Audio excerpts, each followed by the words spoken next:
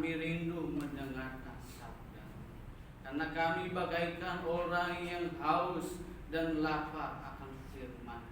Bapa, berfirmanlah, kami siap untuk mendengarkan. Engkau jamahlah kami, urapilah kami, urapilah pendengar kami, sehingga apa yang kami dengar bisa kami aplikasikan dalam setiap sudut kehidupan kami. Terima kasih Bapa, kami siap untuk mendengarkan firman. Haleluya. Amin. Amin. Shalom semuanya. Shalom. Baik, saudara-saudari yang terkasih dalam nama Tuhan Yesus, di mana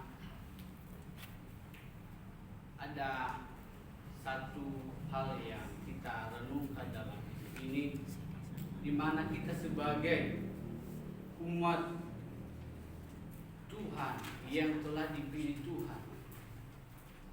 Lalu dalam hal itu, dalam Alkitab juga menceritakan ada 2 orang umat Tuhan yang Tuhan pilih. Tetapi di dalam 2 orang itu ada satu yang taat dan ada satu yang berkhianat.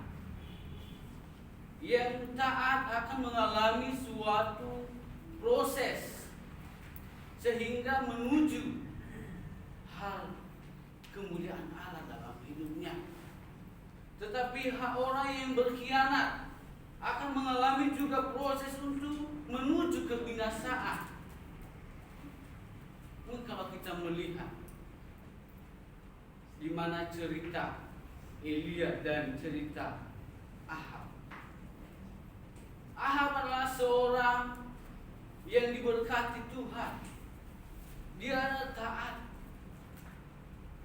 Tetapi di balik ketaatannya, ketika Tuhan menolongnya, mengurapinya, dia menjadi raja Israel. Tetapi dia berbalik dari pertolongan Tuhan. Dia menjadi penyembah berhala. Dia menjadi penyembah Dewi Baal. Sehingga Allah menghukum bangsa di situ. Lalu Elia, apa yang dilakukan Elia? Hanya dengan tunduk dan taat kepada firman Allah itu sendiri. Walaupun di dalam kehidupan Elia banyak yang dia alami, tetapi dalam ketaatannya kemuliaan Allah dinyatakan. Dan saya membawa pada pagi hari ini bukan tentang ketaatan, bukan juga tentang berkhianat, tetapi saya mengambil satu tema, yaitu adalah kuasa Tuhan yang membangkitkan.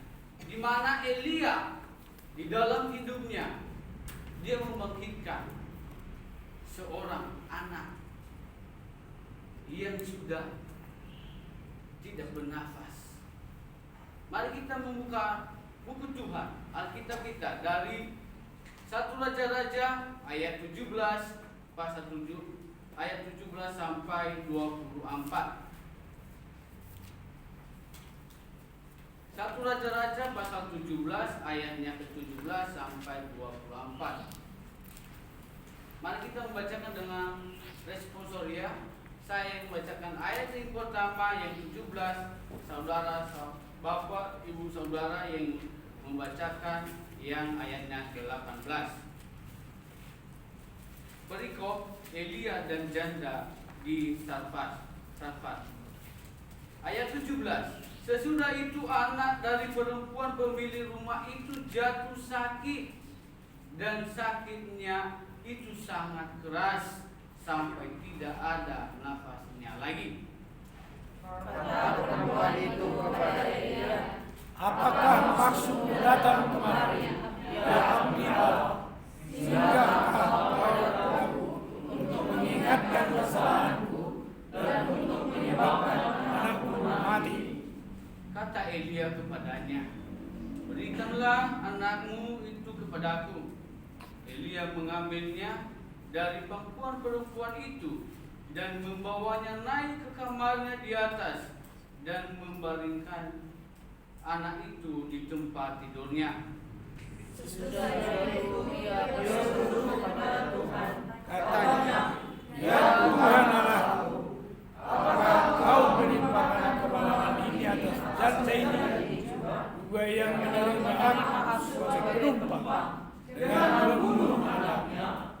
Lalu ia menunjukkan badannya di atas anak itu 3 kali dan berseru kepada Tuhan. Katanya, "Ya Tuhan Allahku, pulangkanlah kiranya nyawa anak ini ke dalam tubuhnya." Tuhan mendengarkan permintaan Elia itu, dan nyawa anak itu pulang ke dalam tubuhnya, sehingga ia hidup kembali. Elia mengambil anak itu, ia membawanya turun dari kamar atas ke dalam rumah dan memberikannya kepada ibunya. Kata Elia, "Ini anakmu, ia sudah hidup." Kemudian kata perempuan itu kepada Elia, Sekarang aku tahu bahwa Kau abdi Allah, dan firman Tuhan yang Kau ucapkan itu adalah benar. Ya. Di sini kita melihat bahwa hanya kuasa Tuhan yang berbarengan dengan Elia, sehingga mujizat nyata kepada seorang yang namanya Sarfat. Di sini saya mengambil beberapa poin. 1, dalam ketaatan akan mengalami cobaan. Di ayatnya 17 sampai 18. Sesudah itu anak dari perempuan pemilik rumah itu jatuh sakit, dan sakitnya itu sangat keras sampai tidak ada nafasnya lagi. Di mana seorang perempuan janda yang memiliki ketaatan. Tetapi ketika Elia, di mana Allah menyuruh Elia untuk datang kepada menumpang di rumah seorang janda ini. Kenapa? Akibat dari raja tadi yang menyembah berhala tadi, sehingga kena kutuklah bangsa di situ. Ada kekeringan air, sehingga mengalami kekeringan di situ. Sehingga Allah berfirman kepada Elisa untuk datang kepada seorang janda Sarfat. Di dalam hal itu, seorang perempuan janda, dia mengenal Allah. Dia semestinya dia bahagia di mana seorang hamba ada bersamanya di dalam rumah. Tetapi apa yang terjadi? Dia mengalami cobaan di mana anaknya sakit keras. Kalau sakit keras sudah parah, sampai kita melihat nyawanya tidak ada lagi. Lalu apa yang dilakukan? Di dalam hatinya, di dalam kehidupannya, seorang manusiawi akan berkata, ada penyesalan, ada hal yang membuat dirinya kesal atas dirinya sendiri. Kenapa? Dia mengatakan, ini ada hamba Allah yang ada di rumah, masa ditimpakan oleh penyakit seperti ini? Masa aku yang hanya kami 2 orang anak, masa ketika engkau datang, masa kami ditimpakan oleh malapetaka seperti ini? Kemana dia mengarahkan hidupnya lagi? Dan di dalam hal itu, dia tinggal berbicara kepada Elia. Apa katanya kepada Elia? Apakah maksudmu datang kemari, ya abdi Allah? singgahkan engkau kepadaku untuk mengingatkan kesalahanku dan untuk menyebabkan anakku mati. Sini kita garis bawahi, apa maksud kedatanganmu kemari? Apakah mengingatkan kesalahanku?